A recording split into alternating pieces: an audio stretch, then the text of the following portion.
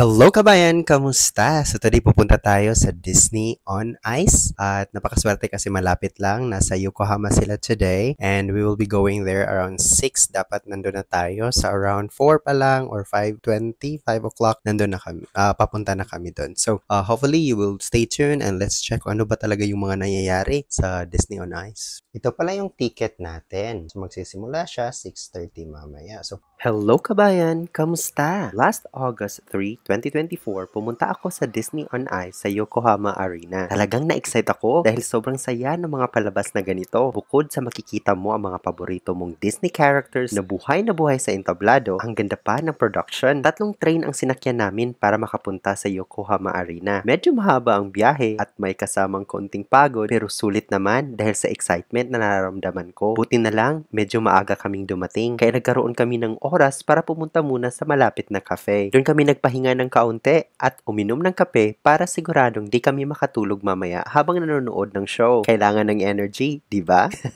Pagdating sa arena, napakalaki nito at napakaraming tao. Ang daming bata na naka-costume pa sa kanilang mga paboritong Disney characters. Ganito pala siya. Sige, na-excite ako. Nakita ko lang yung silhouette ni Mickey Mouse. Ganito pala siya. Excite ako, guys.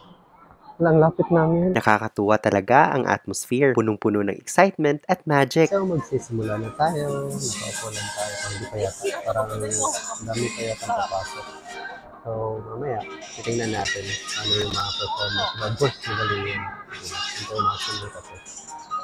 Mula sa skating hanggang sa pag-arte ng mga characters, talagang parang nasa Disney World ka. Ang production design, ilaw at music ay perfect na perfect. Habang nanonood ako, napapaisip ako na sana nakakaintindi ako ng Japanese para mas lubos kong ma-appreciate ang mga kwento at dialogues nila. For sure, mas masaya yun dahil mas maiintindihan ko ang mga jokes at mga kwento sa likod ng bawat eksena. Pero kahit na hindi ko masyadong maintindihan ng wika, nararamdaman ko pa rin ang magic ng Disney. Yung expressions at actions ng mga characters ay sapat na para ma-feel mo ang buong storya. Ang Disney memorabilia ko ay isang bucket ng popcorn. Nakakatuwa kasi hindi lang masarap at nakakain na. May libre pang bucket na pwedeng gawing souvenir. Medyo may kamahalan din ito, 2,900 yen, pero worth it na rin dahil sa saya na dulot nito. Akala ko nga mura lang, pero okay na rin. At least may magandang remembrance ako sa event na ito.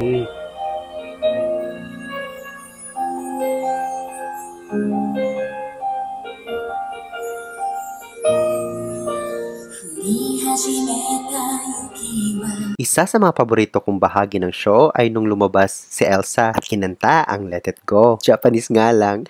Grabe, goosebumps talaga. Parang bumalik ako sa pagkabata. Ang mga bata sa paligid ko ay tuwang-tuwa at kumakanta pa kasama si Elsa. Yung feeling na yon, walang katumbas. Bawat segment ng show ay talagang binusisi at pinaghandaan. Ang mga ilaw ay nagbabago-bago depende sa eksena at ang music ay tugmang-tugma sa bawat galaw ng mga performers. Nakakaaliw din ang mga intermissions kung saan pinakilala ang iba't ibang characters mula kina Mickey, Minnie Mouse at hanggang sa mga princesses tulad nina Ariel, Belle, Mulan at iba pa. Ang bawat isa sa kanila ay may kanya-kanyang espesyal na numero na talaga namang kahanga-hanga. Ang highlight ng gabi ay para sa akin ay ang mga moment na lumalabas si na Mickey Mouse sa entablado. Isa siya sa mga pinaka-iconic na characters ng Disney at tuwing lumalabas siya, parang nagkakaroon ng electric energy sa buong arena. Nakakatuwa ring makita ang mga bata na sobrang saya at tuwang-tuwa habang pinapanood ang kanilang mga paboritong character. Ramdam na ramdam mo ang excitement sa buong lugar. Pero sa kabila ng lahat ng saya at entertainment, napapaisip din ako na sana'y mas naiintindihan ko ang mga Japanese dialogues at kwento na ipinapakita sa show. Masarap sana yung feeling na fully immersed ka sa bawat eksena at hindi lang nakikibahagi sa visual aspect ng palabas. Kaya sa mga susunod na pagkakataon, plano kong mag-aaral ng Japanese para mas ma-enjoy ko pa ang mga ganitong events. Pagkatapos ng show, hindi pa rin natatapos ang aming Disney adventure. So, natapos na namin yung panonood ng Disney on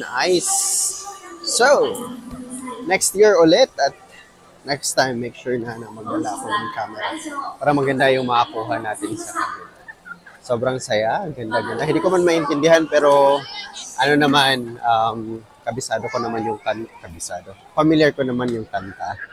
So, okay lang yun. Dumaan kami sa kanilang merchandise store kung saan ang daming pagpipilian na Disney memorabilia. Habang papauwi, hindi ko maiwasang ngumiti at mag-reflect sa buong araw. Napakasarap na pakiramdam na makaranas ng ganitong klaseng entertainment sa itong reminder na kahit gaano man ka-busy at ka-stressful ang buhay, mahalaga pa rin na maglaan ng oras para mag-enjoy at mag-relax. Ang mga moments na ganito ay nagbibigay ng inspirasyon at bagong energy para harapin ang mga susunod na hamon sa buhay. Overall, isang napakasayang experience ang Disney on Ice. Lalo na dito sa Japan, masarap sa pakiramdam na kahit nasa ibang bansa ka, nararamdaman mo pa rin ang saya at magic na hatid ng Disney. Kaya sa mga susunod na pagkakataon, sigurado akong uulit ako sa panunood ng ganitong klaseng palabas. Kung hindi nyo pa ito nasusubukan, highly recommended ko talaga na pumunta kayo sa Disney on Ice. Hindi lang ito para sa mga bata, pati mga adults mag-i-enjoy dito. This is Frank in Japan. Kabayan, padayon lang!